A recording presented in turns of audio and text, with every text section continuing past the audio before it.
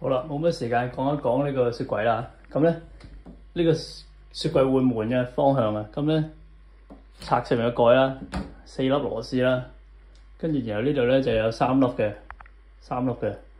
咁解開啦。咁呢度咧就連住呢度嘅，呢度咧入邊咧打開咧又有3粒喺度，打開之後有3粒啦，跟住連住個底咧就係咧有3粒嘅噃。睇睇到先，3粒啦，跟住連埋腳啦，隻腳都要扭開嘅。咁即係話咧，一換咧如果換咧係就換咗兩邊一齊換嘅，咁就拆上面啦，跟住拎走道門啦，跟住拆中間啦，跟住拎走道門啦，跟住再拆埋下邊啫喎，係咁樣嘅，上面喺中間下邊咁樣。咁啊，而家睇下換幾耐啦，估計要換45分鐘。哇天啊，終於搞掂咗啦！呢個方向啦，咁合理嘅嘛咁先。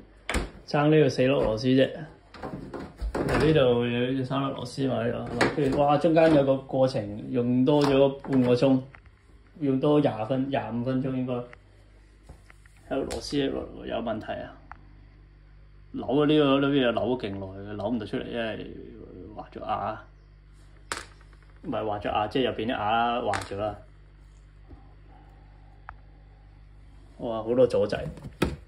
搞咗大輪啦，最終即係呢啲即係都啲工具約咗搞啦，但係冇鉗啊，又冇錘啊，咁爭好遠咯。即係好彩呢個士巴拿啫，叫做夾得實啲嘢咯。如果唔係真係好難搞，真係可能搞唔到或者好啦，搞掂。今日塞翻晒嘢，用咗1個鐘。